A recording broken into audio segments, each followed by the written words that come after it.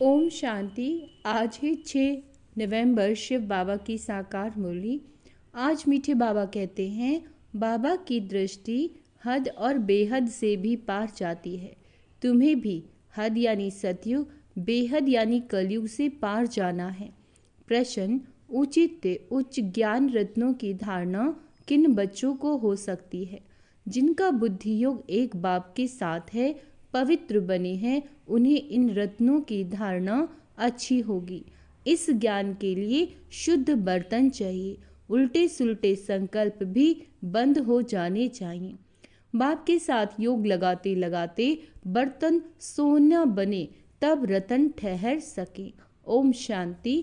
मीठे मीठे रूहानी बच्चों को रूहानी बाप बैठ रोज रोज समझाते हैं।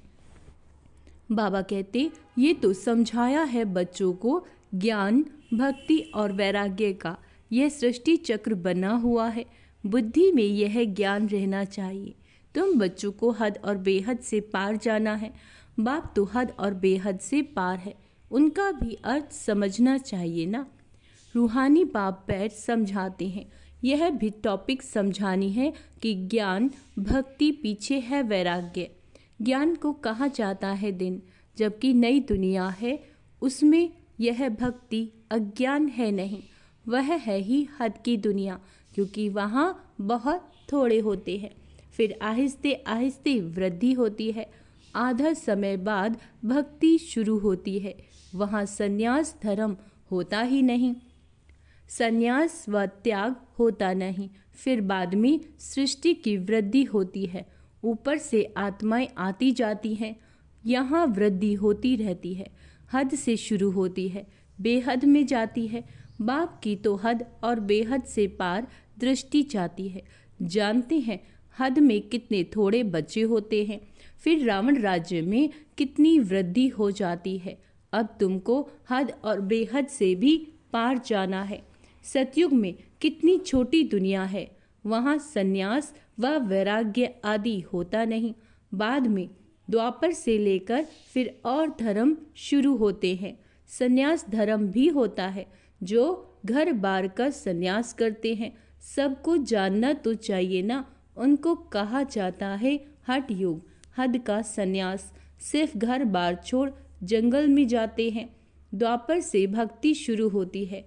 ज्ञान तो होता ही नहीं। ज्ञान माना सतयुग, त्रेता, सुख। भक्ति माना अज्ञान और दुख। ये अच्छी रीति समझना होता है। फिर दुख और सुख से पार जाना है, हद बेहद से पार। मनुष्य जांच करते हैं ना, कहाँ तक समुद्र है, आसमान है। बहुत कोशिश करते हैं, परंतु अंत पा नहीं सकते। एरोप्लेन में जाते हैं, उसमें भी इतना तेल चाहिए ना, जो फिर वापस भी लौट सके।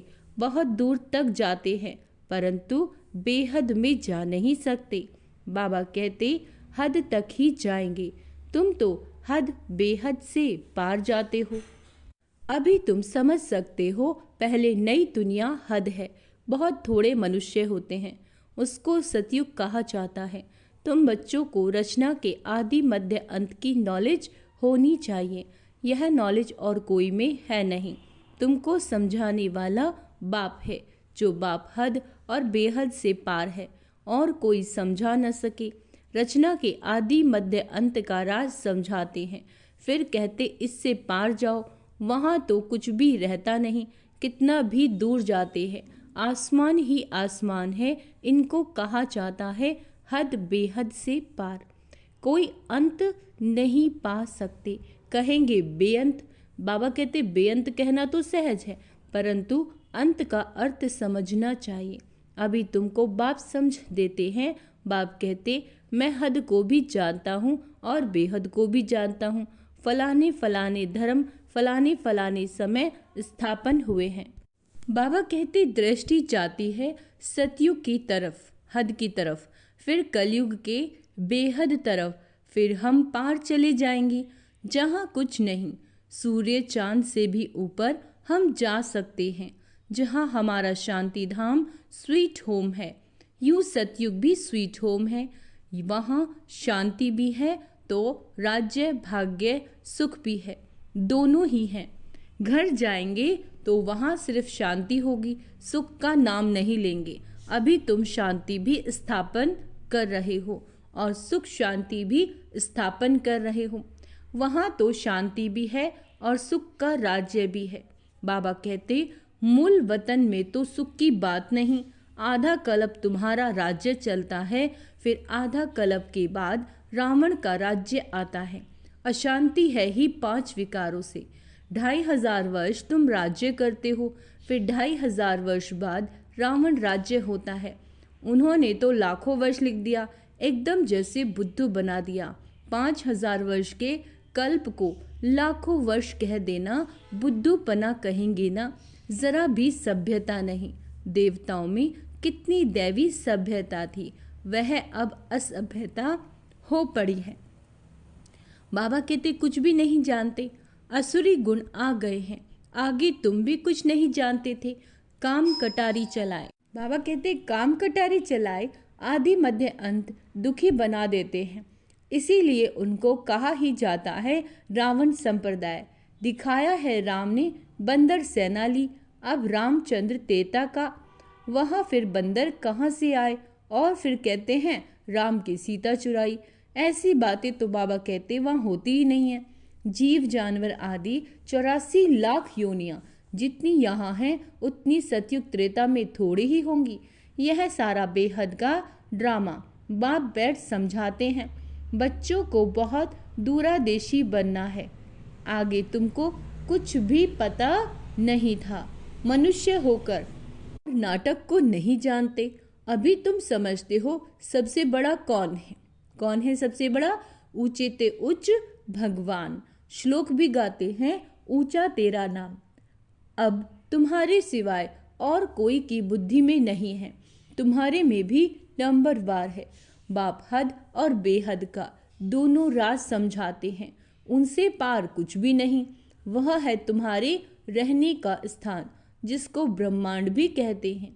जैसे यहाँ तुम आकाश तत्व में बैठे हो, इनमें कुछ देखने में आता है क्या? रेडियो में कहते हैं आकाशवाणी। अब यह आकाश तो बेअंत है, अंत पा नहीं सकते, तो आकाशवाणी कहने से मनुष्य क्या समझेंगे? ये जो मुख है यह है पोलार। मुख से वाणी आवाज निकलती है, यह तो कॉमन बात है। मुख से आवाज निकलना जिसको आकाशवाणी कहा जाता है। बाप को भी आकाश द्वारा वाणी चलानी पड़े। तुम बच्चों को अपना भी सारा राज बताया है। तुमको निश्चय होता है बहुत सहज। जैसे हम आत्मा हैं वैसे बाप भी परमात्मा, ऊंचे ते उच्च आत्मा है ना। सबको अपना अपना पाठ मिला हुआ है। अंडरलाइन करेंगे, सबको अपना अपना पाठ मिला हुआ है।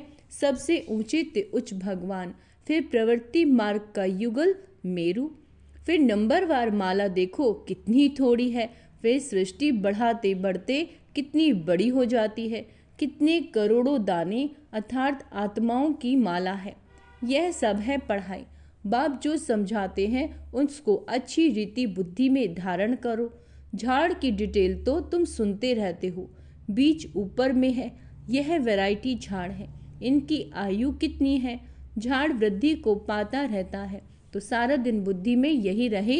इस सृष्टि रूपी कल्प वृक्ष की आयु बिल्कुल एक्यूरेट है। 5000 वर्ष से 1 सेकंड का भी फर्क नहीं हो सकता।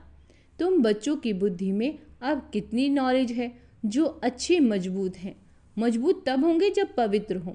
इस नॉलेज को की धारणा करने के लिए सोने का बर्तन चाहिए।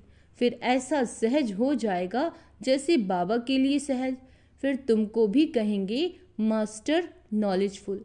फिर नंबरवार पुरुषार्थ अनुसार माला का दाना बन जाएंगे। ऐसी ऐसी बातें बाबा बगैर कोई समझा न सके। यह आत्मा भी समझा रही है।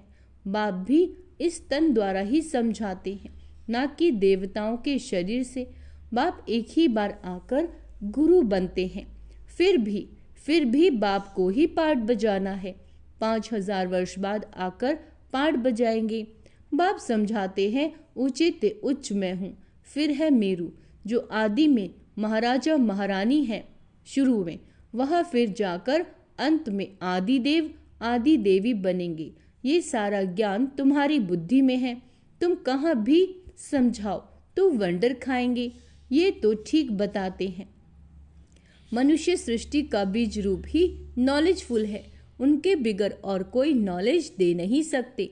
ये सब बातें धारण करनी है, परंतु बच्चों को धारणा होती नहीं है। बहुत सिंपल, कोई मुश्किलात नहीं। एक तो याद की यात्रा चाहिए, इसमें जो फिर पवित्र बर्तन में रतन ठहरे।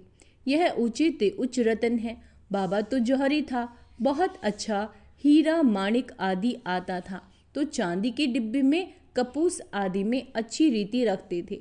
जो कोई भी देखे तो कहेंगे ये तो बड़ी फर्स्ट क्लास चीज़ है। यह भी ऐसे हैं, अच्छी चीज़ अच्छे बर्तन में शोभती है। बाबा कहते तुम्हारे कान सुनते हैं, उनमें धारणा होती है। पवित्र होगा, बुद्धि योग बाप से होगा तो धारणा अच्छी होगी, नहीं तो सब निकल जाएगा। आत्मा भी है कितनी छोटी, उनमें कितना ज्ञान भरा हुआ है। कितना अच्छा शुद्ध बर्तन चाहिए, कोई संकल्प भी ना उठे। उल्टे सुलटे संकल्प सब बंद हो जाने चाहिए। सब तरफ से बुद्धि हटाना है। मेरे साथ योग लगाते लगाते बर्तन सोना बना दो, जो रतन ठहर सके। फिर दूसरे को दान करते रहेंगे। भारत को महादानी माना जाता है। वह धन दान तो बहुत करते हैं, परंतु ये है अविनाशी ज्ञान, रत्नों का दान। देह सहित जो कुछ है वह सब छोड़ एक के साथ बुद्धि का योग रहे। हम तो बाप के हैं, इसमें ही मेहनत लगती है। ऑब्जेक्ट तो बाप बता देते हैं। पुरुषार्थ करना बच्चों का काम है। अब ही इतना उच्च पद पा सकेंगे। कोई भी उल्टा सुल्टा संकल्प व विकल्प न आए। बाप ही नॉलेज का सागर हद बेहद से पार है। सब बैठ समझाते हैं। तुम समझते हो बाबा हमको देखते हैं, परंतु हम तो हद बेहद से पार ऊपर चला जाता हूँ। मैं रहने वाला भी वहाँ का हूँ। तुम भी हद बेहद से पार चले जाओ। संकल्प विकल्प कुछ भी ना आए, इसमें मेहनत चाहिए। बाबा कहते ग्रस्त व्यवहार में रहते कमल फूल समान बनना है। हद कार दे और दिल यार दे। गृहस्थी तो बहुत हैं, गृहस्थी जितना उठाते हैं उतना घर में रहने वाले बच्चे नहीं। सेंटर चलाने वाले, मुरली चलाने वाले भी नापास हो जाते हैं और पढ़ने वाले उच्च चले जाते हैं। आगे तुमको सब मालूम पड़ता जाएगा। बाबा बिल्कुल ठीक बताते हैं। हमको जो पढ़ाते हैं उनको माया खा गई। हमको जो पढ़ाते थे उनको माया खा गई। महारथी को माया एकदम हप कर गई है नहीं। मायावी ट्रेटर बन जाते हैं। विलायत में भी ट्रेटर बन पड़ते हैं ना। कहाँ कहाँ जाकर शरण लेते हैं। जो पावरफुल होते हैं उस तरफ चले जाते हैं। इस समय तो मौत सामने है ना, तो बहुत ताकत वाले पास जाएंगे। अभी तुम समझते हो बाप ही पावरफुल है। बाप है सर्वशक्तिवान। हमको सिखलाते सिखलाते सारे विश्व का मालिक बना देते हैं। वहाँ सब कुछ मिल जाता है। बाबा कहते कोई अप्राप्त वस्तु नहीं होती जिसकी प्राप्ति के लिए हम पुरुषार्थ करें। वहाँ कोई ऐसी चीज़ होती नहीं जो तुम्हारे पास ना हो। सो भी नंबरवार पुरुषार्थ अनुसार पद पाते हैं। बाप बिगर ऐसी बातें कोई नहीं जानते। सब है पुजारी, भल बड़े बड़े शंकराचार्य आदि हैं। बाबा उन्हों की महिमा भी सुनाते हैं। पहले पवित्रता की ताकत से भारत को बहुत अच्छा थमाने निमित्त बनते हैं। सो भी जब सतु प्रधान होते हैं। अभी तो तमु प्रधान में उनमें क्या ताकत रखी है। अभी तुम जो पुजारी थे सो फिर पूज्य बनने का पुरुषार्थ कर रहे हो। अभी तुम्हारी बुद्धि में सारा ज्ञान है।